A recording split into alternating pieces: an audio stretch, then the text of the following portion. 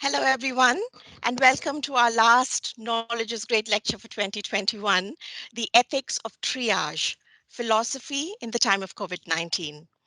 I'm Lissy Vadakale, Head of Education at British Council, Singapore. Now, from January of this year, we've been holding these Knowledge is Great lectures every month. The lectures showcase the UK's creativity and innovation with leading UK specialists presenting their work. This series aligns with our aims of bringing people together to exchange knowledge and skills and to build understanding between the UK and Singapore.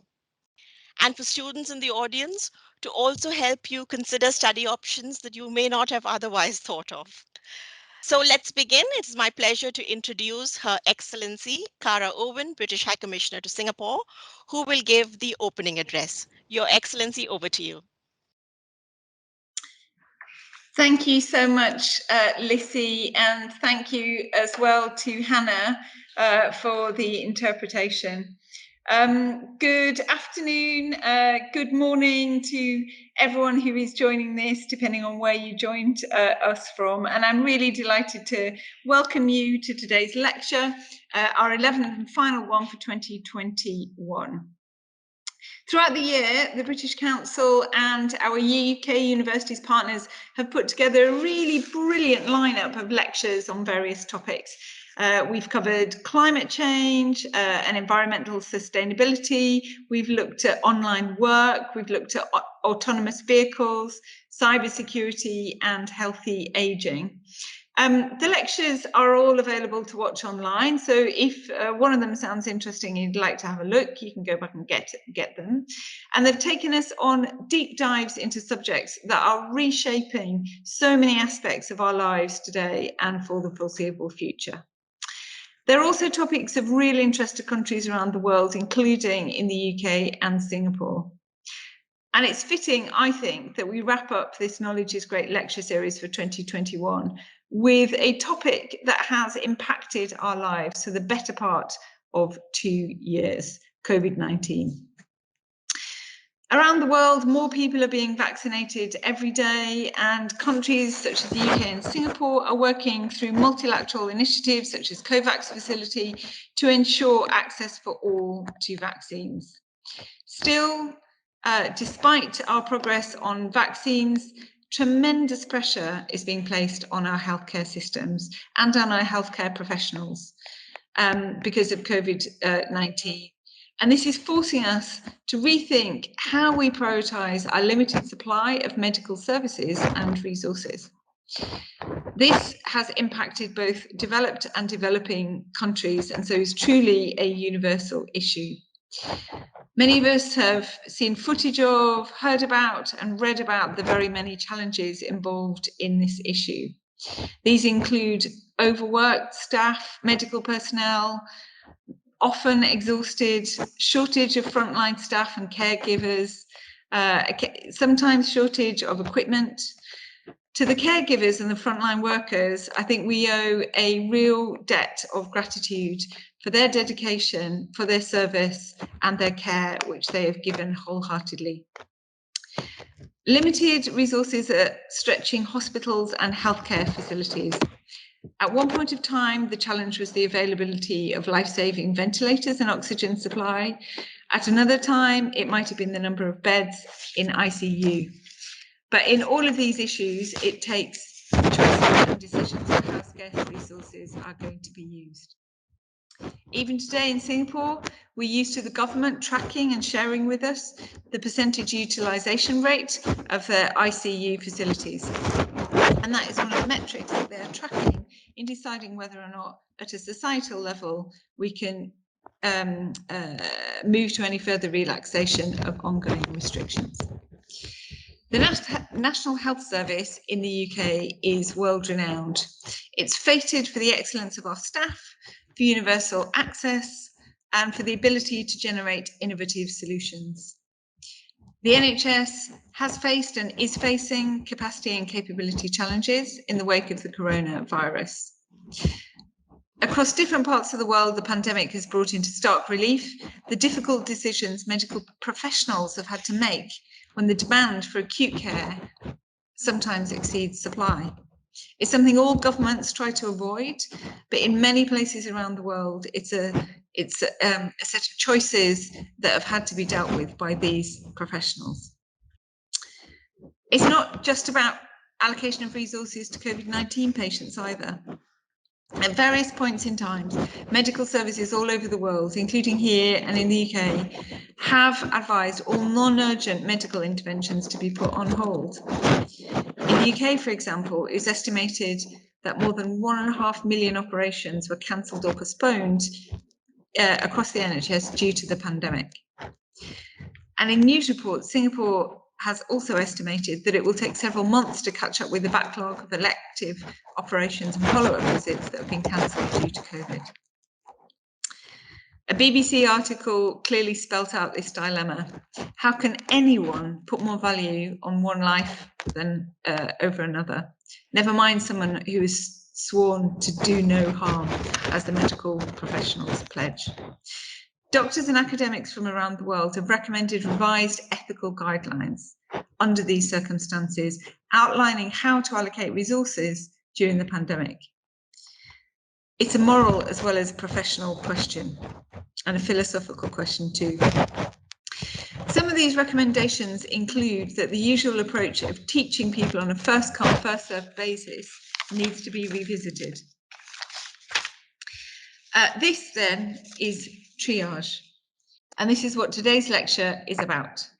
So without further ado, I want to introduce you to the real expert in today's proceedings, our speaker. I'm absolutely delighted to welcome Professor Wayne Martin, who is Professor of Philosophy at the University of Essex. Wayne, who is normally resident in the UK and is one of our leading academic lights at that university and in this topic, is actually joining us from the US, and I feel incredibly grateful not only that he's interrupting his own Thanksgiving, a special time with his family, but that he's doing so at a very early time in the morning in the US. So Wayne, after completing your studies at Cambridge in the UK and at Berkeley in the US, you taught for 12 years at the University of California, San Diego, before coming to Essex in 2005, where you have been a fantastic member of faculty. You're a member of the Essex Human Rights Centre and director of the Essex Autonomy Project, a research and public policy initiative which aims to clarify the ideal of self-determination with particular attention to the vocations of care, such as healthcare, elder care and psychiatric care. You hold an honorary research position with South London and Maudsley NHS Foundation Trust, and you're a member of the research team for the Wellcome Trust's Mental Health and Justice Report. Professor Martin, we're absolutely delighted to have you with us today. Thank you for taking the time to deliver this lecture to the audience. And now over to you. I'm really looking forward to hearing what you've got to say.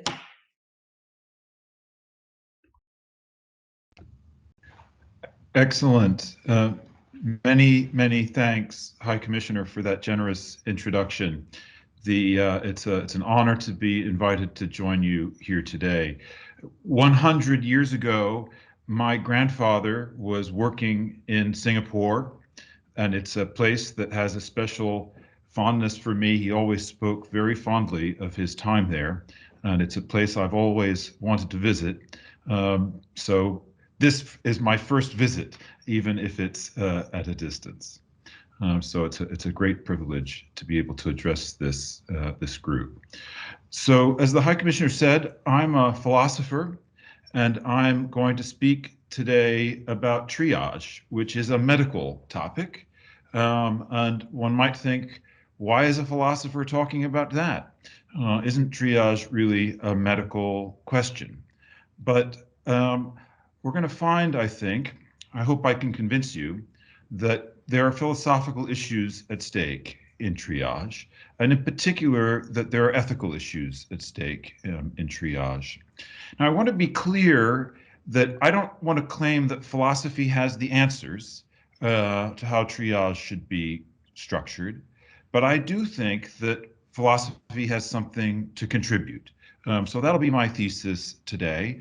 I'm going to do a fair bit of reporting, first of all about the history of triage, and then about some of the ways in which triage has been managed during the pandemic and some of the controversies that have arisen. So my remarks, I'm going to talk for about 40 minutes or so, and my remarks are divided into four short parts. So part one here is called triage situations.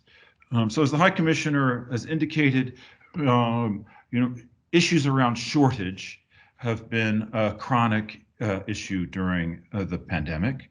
And we see here a few headlines from the London newspapers: shortages of ventilators, shortages of tests, shortages of oxygen, and actually the most important turns out to be shortages of nurses, nursing staff. I think of the pandemic as being like a bright light. These issues around scarcity of medical resources are not new. But the pandemic has shone a bright light on them and also given us an opportunity to learn something about them and think anew about how we can and should manage them. If we look to the UN for guidance, this is the 26th of March, 2020. The UN issued this statement: no exceptions with COVID-19. Everyone has the right to life-saving interventions. We have a right to health, they say. Everyone, without exception, has the right to life-saving interventions. And this responsibility lies with government. The scarcity of resources should never be a justification to discriminate against certain groups of patients. Everybody has the right to health. So those are noble sentiments, noble words. Here in America, we call that mom and apple pie. How could you disagree with that? Everybody's going to agree about that, but it leaves a hard problem. Okay, there are not to be any exceptions, but what do you do when there are not enough life-saving interventions to go around? I got involved in this early on. I was working on other things, and our local NHS trust called the university and said, could we have an ethicist, please, to help us to plan for some difficult decisions that are coming ahead? So that kind of situation is what I'm going to call a triage situation. That's a technical term I'm just going to introduce for our discussion today. And what I mean by that is any situation in which demand for life-saving interventions exceeds supply.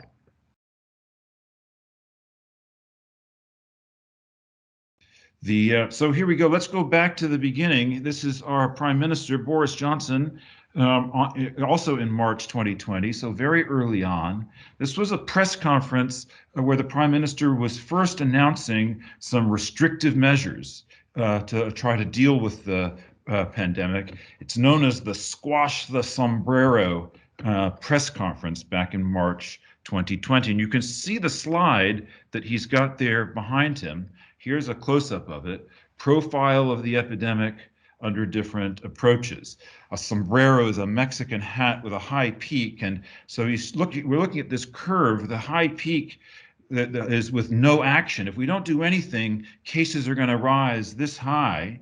And then the green line, the second line there, is the squashed sombrero. If we take some restrictive actions now, we can keep the peak down. That was the plan, at any rate.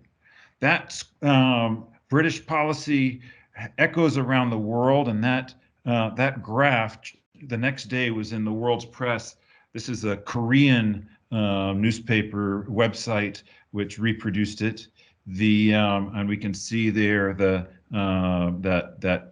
slide from number 10 appearing. A couple of observations I have about that. First of all, notice that the y-axis has no scale on it. There are no numbers on that side. You wouldn't pass an exam at the University of Essex without a scale on your y-axis.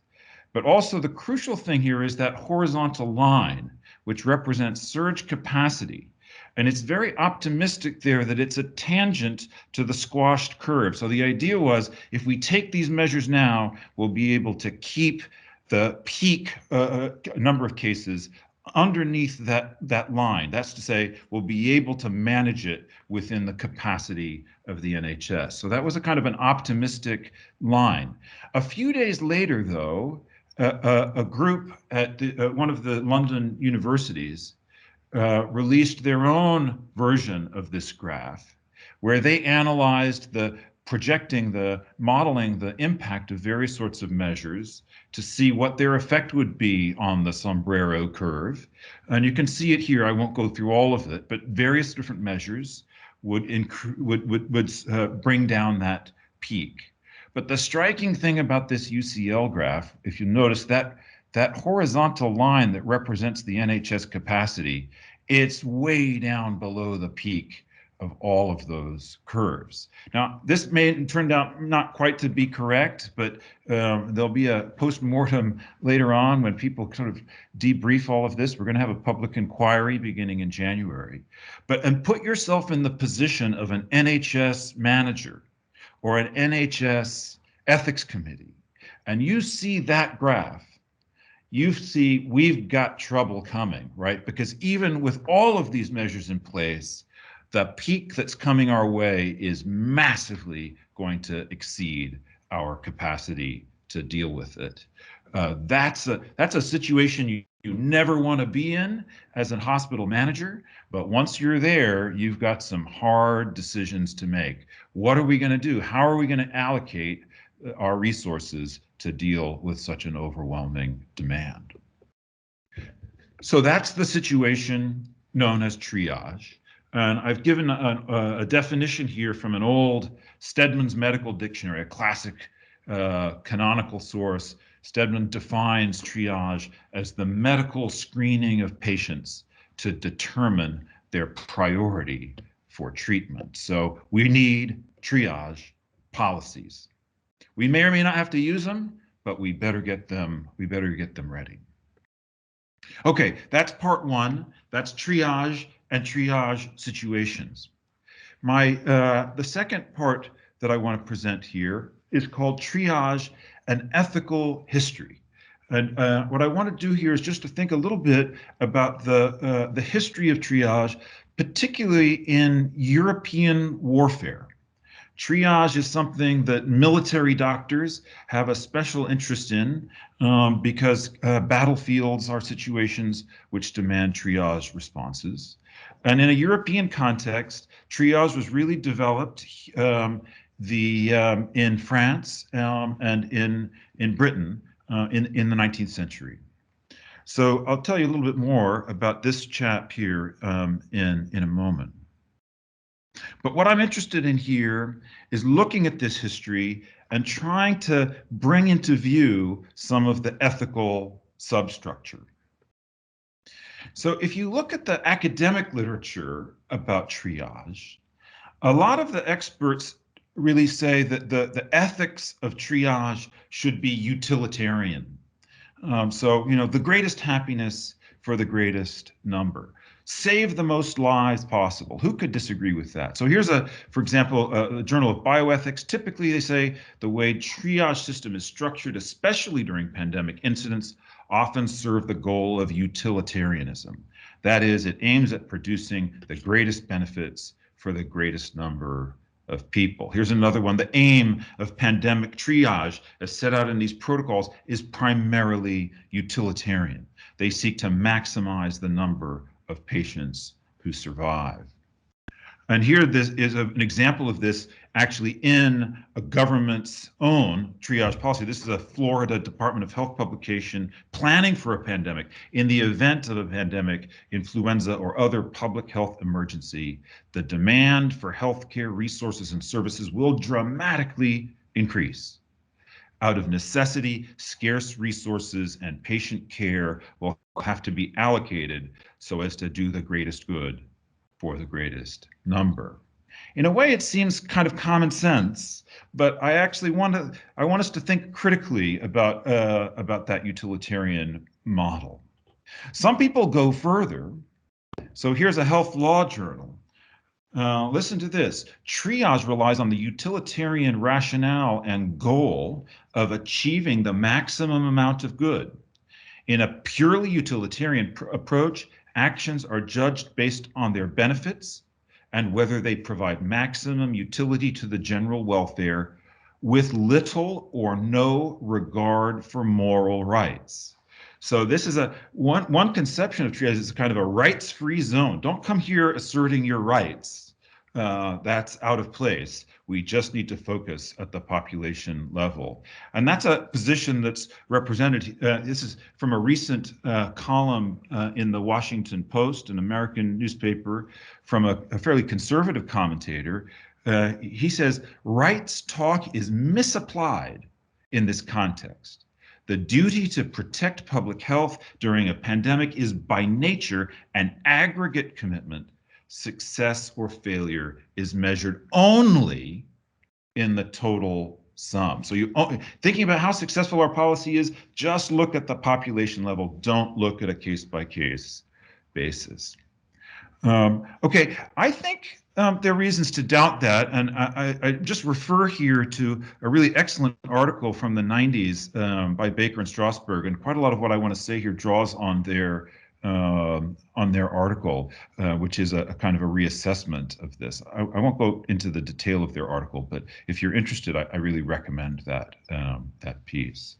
Instead, what I want to think about is the history of triage here and the way that ethics has played a role in it. So here's this chap again, Dominique Jean Larrey. So Larrey was in Napoleon's army. He was Napoleon's surgeon. And Napoleon speaks very, very highly of him in his writings and letters. He was an incredible innovator. Among other things, he's credited with having invented the ambulance, a very considerable contribution kind of to increase the mobility of the wounded on battlefields. But he also really rethought the treatment of casualties in battle. And Napoleon credited him for many of his victories, these innovations that Larrey introduced. And he has his own plaque on the Arc de Triomphe in Paris, along with a couple of other doctors that contributed to this effort. And one of the things that Larrey is credited with is the invention of triage. Before Larrey's innovations, and before the French Revolution, the priority in medical treatment on the battlefield was given to officers. The more senior you are as an officer, the more likely you were to get medical aid if you were injured. Partly that was because the only doctors on the field of battle were the ones that noblemen brought with them when the national armies were assembled. And Larrey says that's not the way to do it. We've got to rethink this. And I'll just give you one excerpt here from his memoirs. This is after the Battle of Jena, early in the 19th century. He's witnessed this battle and he's reflecting on it. How could we do this better? And what does he say? Those who are dangerously wounded should receive the first attention without regard to rank or distinction. Those who are injured in a less degree may wait until their brethren in arms who are badly mutilated have been operated on and dressed. Otherwise, the latter would not survive many hours. Besides, with a slight wound, it's easy to repair to the hospital of the first or second line, especially the officers, who generally have the means of transportation, namely a horse. Finally, life is not endangered by such wounds. So it's interesting here to think about some of the values that informed the French Revolution. We think of that famous trio of terms, liberté, égalité, fraternité, liberty, equality, fraternity. Those are very high and abstract ideals. And actually, one of the things I think we can see here is Larrey taking these abstract values and trying to translate them into really concrete policies about who's going to get treated first on the battlefield. We're not going to go with the old system of treating the exalted, the aristocrats first. Instead, we're going to take this more rational approach, in a way, turn it on its head. The officers have horses, so they can ride off to the hospital, and so we're going to treat the grunts first if they have the the most dangerous wound. So the most dangerously wounded first. A revolution, really, in battlefield medicine. Okay, so that's a kind of, I'm going to call that the French model or Lahaye's model of triage.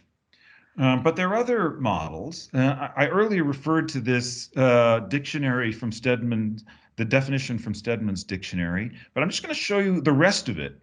Here's what Stedman says. We've already seen the screening of patients to determine their priority for treatment, but he goes on to say, the separation of a large number of casualties in military or civilian disaster medical care into 3 groups. Remember, Lahaye just had 2. So the first group, those who cannot be expected to survive even with treatment, those who will recover without treatment, and the priority group of those who need treatment in order to survive. So whereas Lahaye had said, treat the most gravely injured first, this model from Stedman is one where you focus actually on the middle group, because they're the ones who are most likely to benefit from treatment. You have to, the hard truth is you're going to have to let some people die on the battlefield. There's some people who can wait, and you're going to channel your resource to this priority group in this middle layer. The person who invented that was a British naval officer, John Wilson. I can't find a picture of him.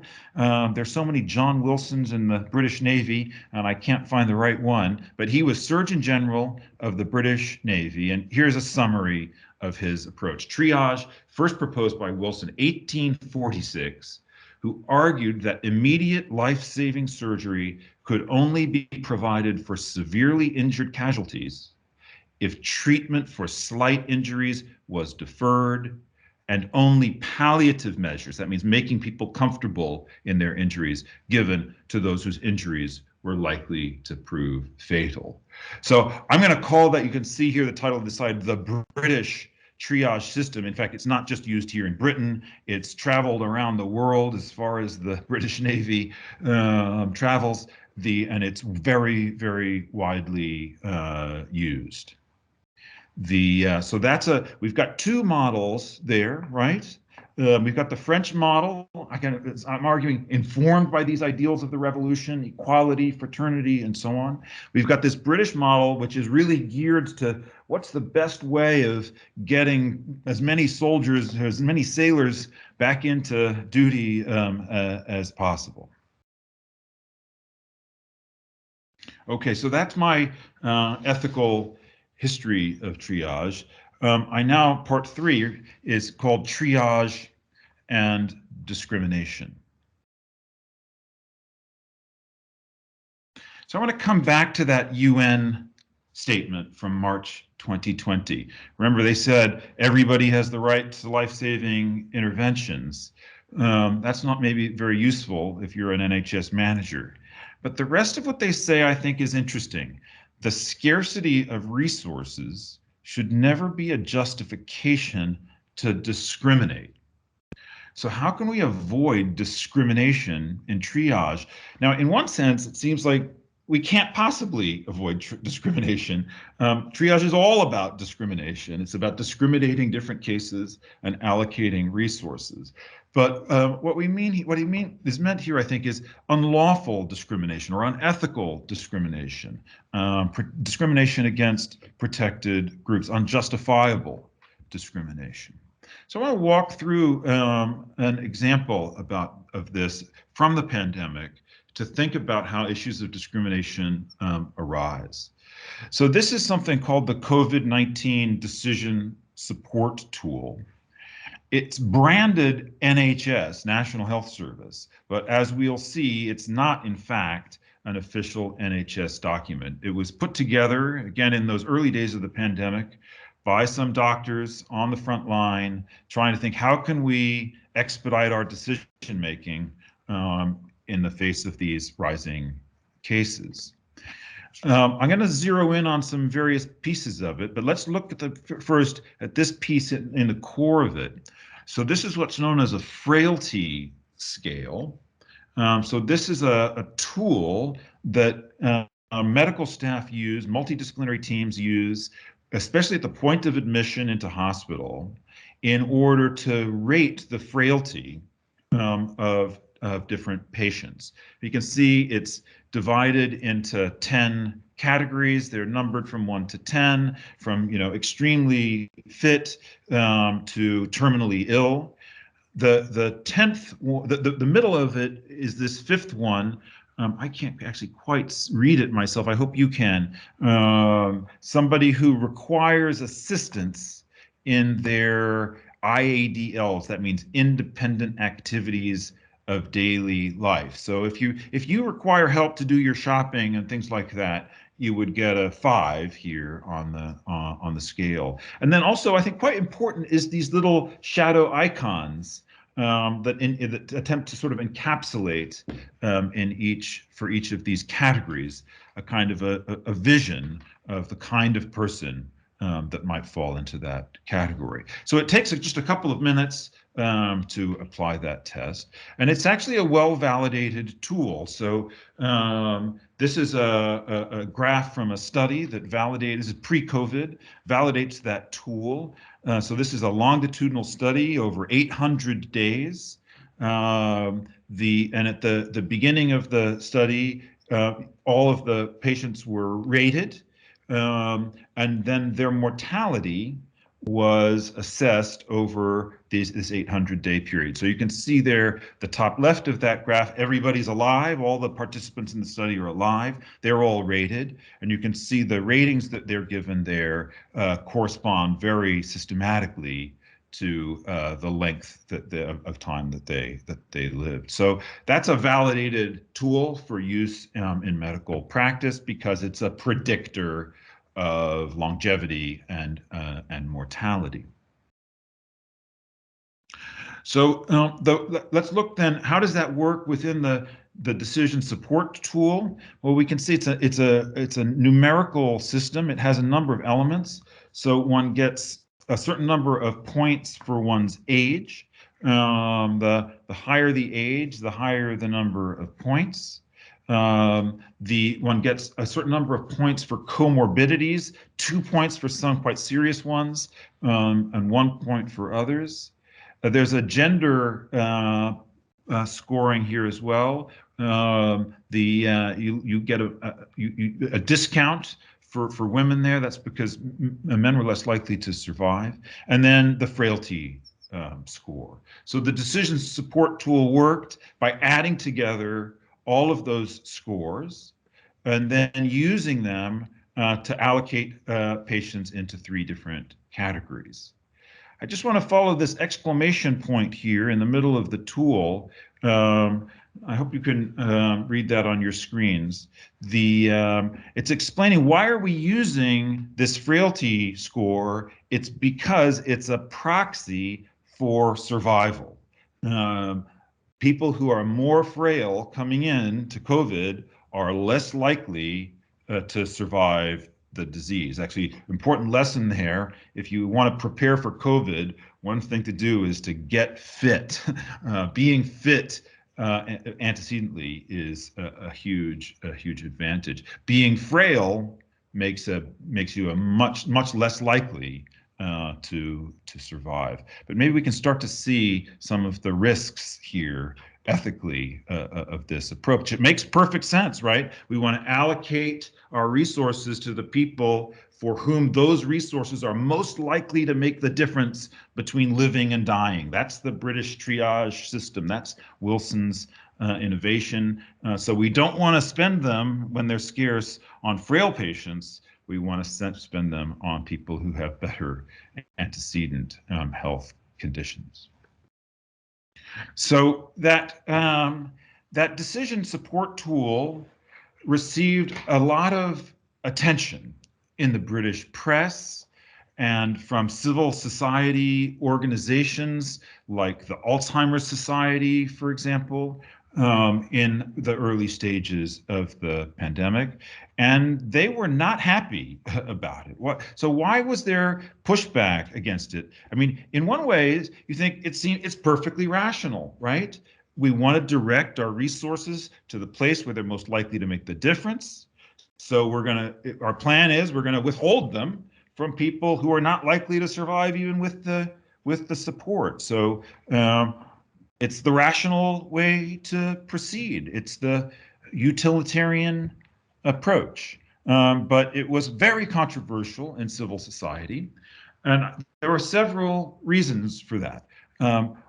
First of all, that clinical frailty scale, I said it's well validated, but it was only well validated within the boundaries of that study. It's not well validated for persons under 65. It was a tool that was really designed for elderly patients, but of course, people of all ages get COVID.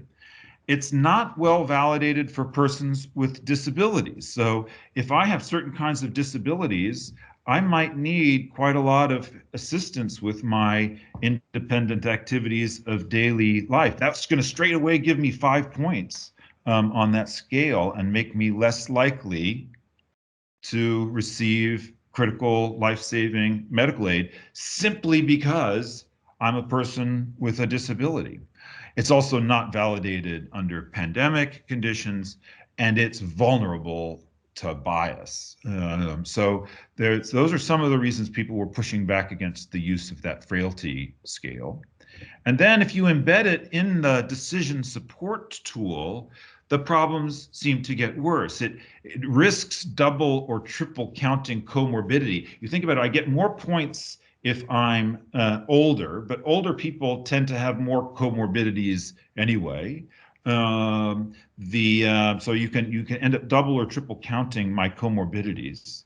It risks bias or discrimination on the basis of age.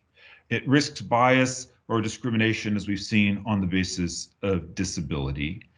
And it also tends to migrate from a decision aid to a decision maker. Once you have a tool like that in a medical setting, people tend to defer to the numbers rather than using their independent judgment. The NHS itself was convinced by these criticisms, and it issued a statement back in April of 2020 saying any individual clinician choosing to use this guidance is doing so against the clear advice of NHS England. So that storm in the early days of the pandemic that's the bright light in a way, the media scrutiny, the intense pressure of decision making during the pandemic. It brought into view a problem that was always there, but it put it in sharp relief about the tendency of the traditional approach to triage to produce discriminatory results. One way to think about it is this. Look, who's most likely to survive COVID? One of the biggest determinants is antecedent health. If I'm vigorous and healthy before I get COVID, I'm much more likely to survive. But actually, you know what? Antecedent health tracks wealth and poverty. Rich people tend to have better antecedent health than poor people. And so if that's what I'm using to drive my triage decisions, there's going to be a real tendency to advantage the people who are already advantaged in society and disadvantage the people who are already disadvantaged in society. So that's a problem. It's especially a problem for our values in our time, in our society. And so it raises this question, how can we do better? I'm coming to the end. This is my last section, and then I hope we can have some discussion. My fourth and final section is called policy options. It might be better to talk about them as policy directions, because I'm not going to advocate for any one or articulate them in detail, but to think about some broad directions of travel here. That photograph is a photograph, probably you'll recognize, a very famous photograph from the trenches in World War I. And I put it there partly because, as we've seen, military history has been one of the places where triage was invented and developed and refined. But it also, I think there's an interesting thought experiment. The students in this lecture may be familiar with the work of the political philosopher John Rawls, American political philosopher from the late 20th century. And he has this thought experiment in thinking about justice. He says, if you want to think about what should be the rules for a just society, imagine yourself behind a veil of ignorance. And we're jointly trying to think through what are the rules going to be for our society. We get to decide them, but the veil of ignorance, we don't know what position we are going to occupy in that society.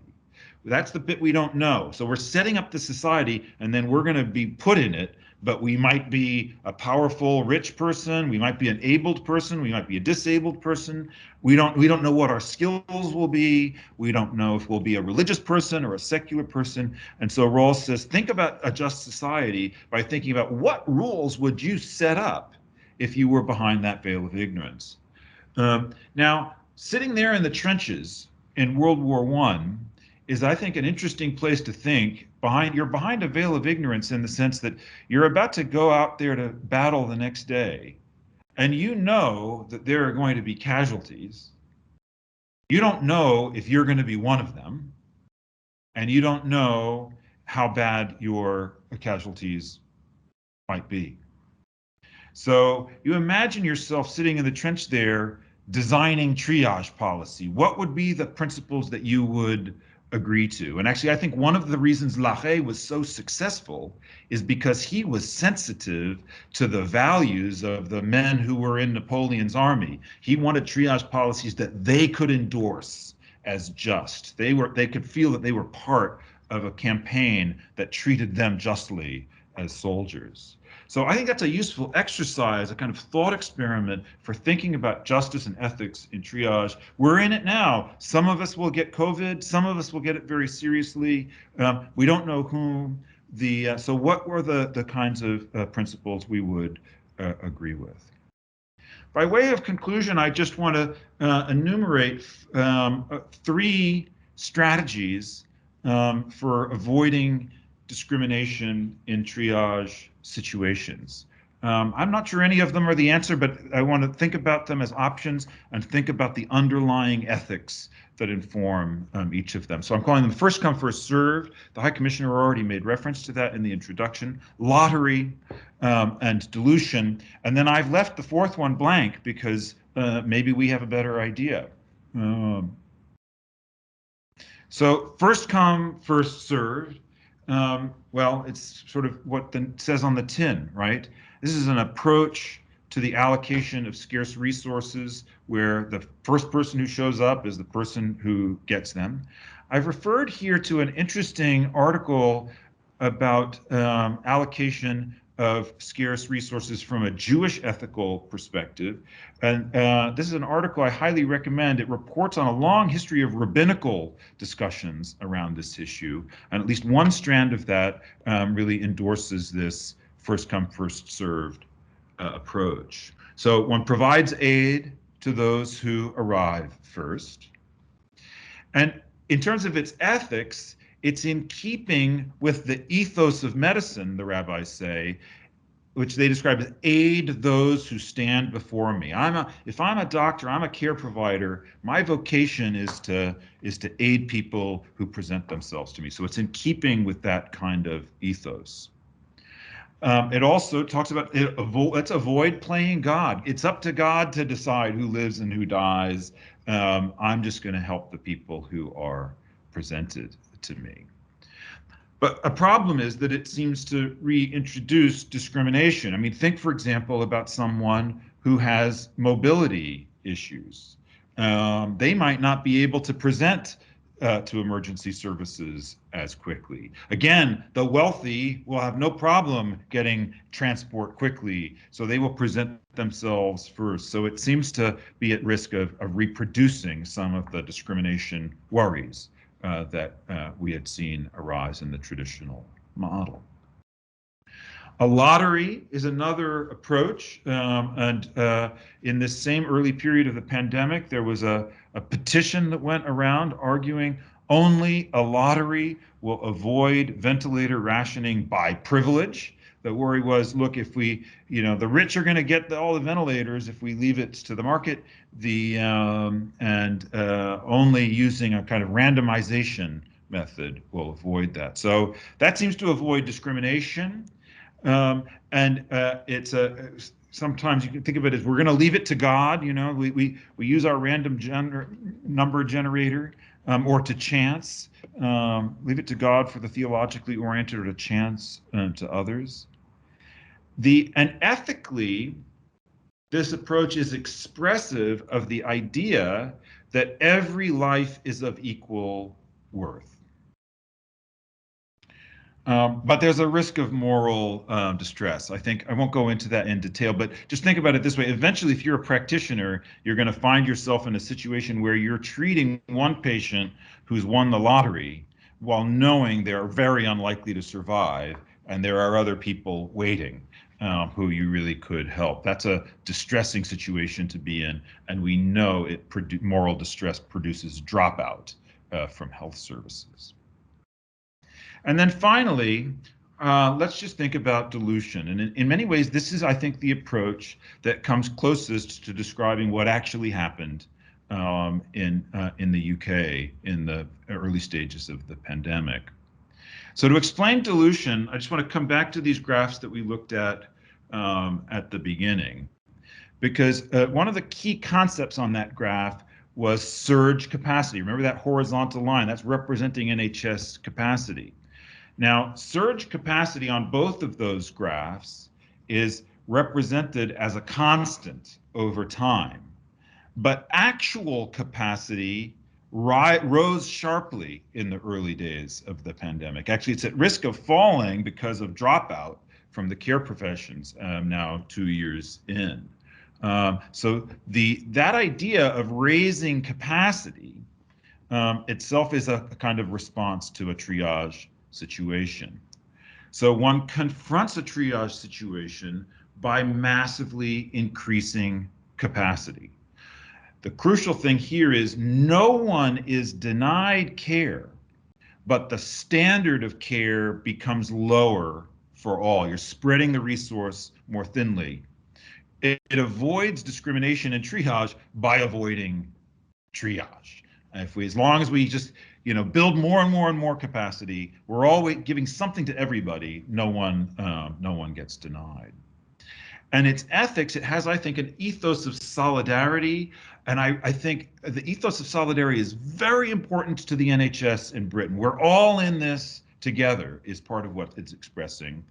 There's a risk of what's known as IQNO, that means I see you in name only. And it fails to formulate triage policies, which may, after all, become necessary. So there's a way in which it avoids grasping the nettle. It's a response to a triage situation, but it's not actually a set of triage policies.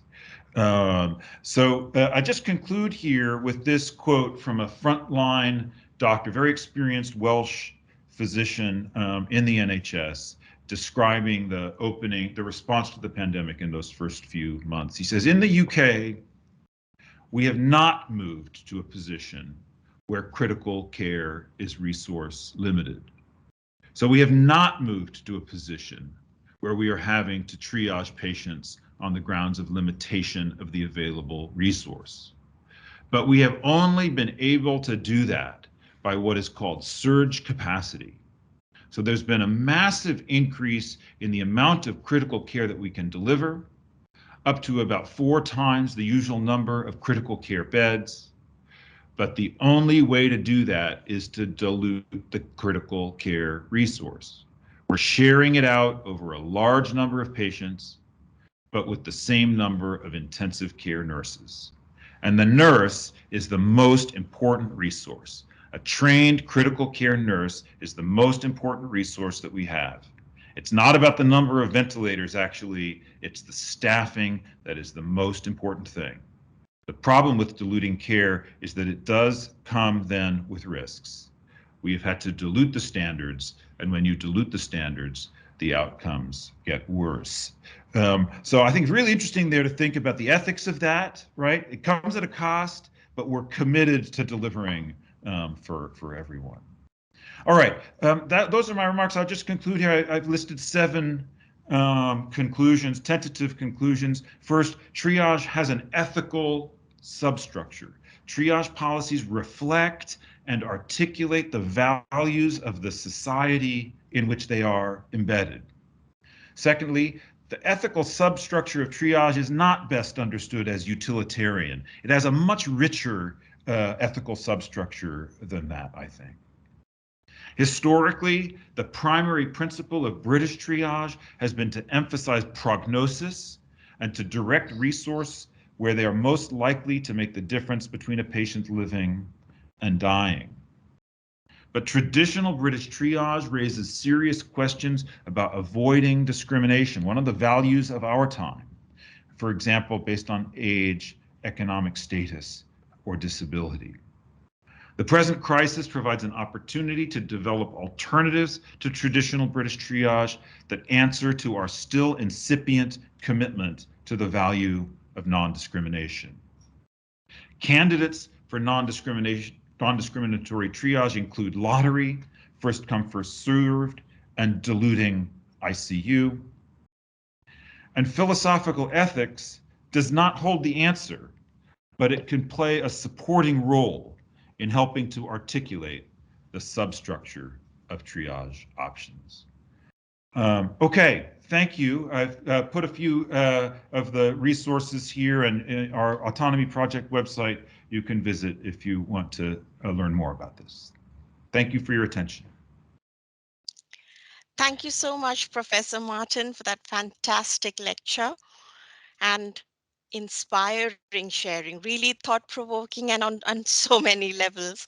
I'd now like to open the Q&A. We don't have a lot of time and not a lot of questions have come in through the chat, but we did have a question that was submitted pre-lecture. So I wondered if I could address that to you. It's a little away from triage, but it's still talking about the ethical aspects which have come around this COVID-19 situation. So the question was on a larger scale on ethical decisions which have been taken at national governmental sort of levels. And this was, how do we address the issue of developed countries acquiring and disseminating more COVID vaccines to their population when compared to the developing countries, the less developed countries? So there is an ethical dilemma there as well. What would be Yes. your response to that? Good. Yes. Thank you. It's a really important and very timely and really hard question. I think, first of all, vaccines are a really excellent example of the limitations of the dilution strategy, right? With ICU care for people who already have COVID, you can dilute quite a lot. That's one of the things we've learned. Everybody gets something, they don't get quite as good a product. But if you dilute your vaccine, you pretty soon get to a point where nobody's getting any benefit from the vaccine. So it's it points to a principled limitation of that approach. I do think, in fact, the ethics of this issue about global distribution of vaccines are fairly straightforward.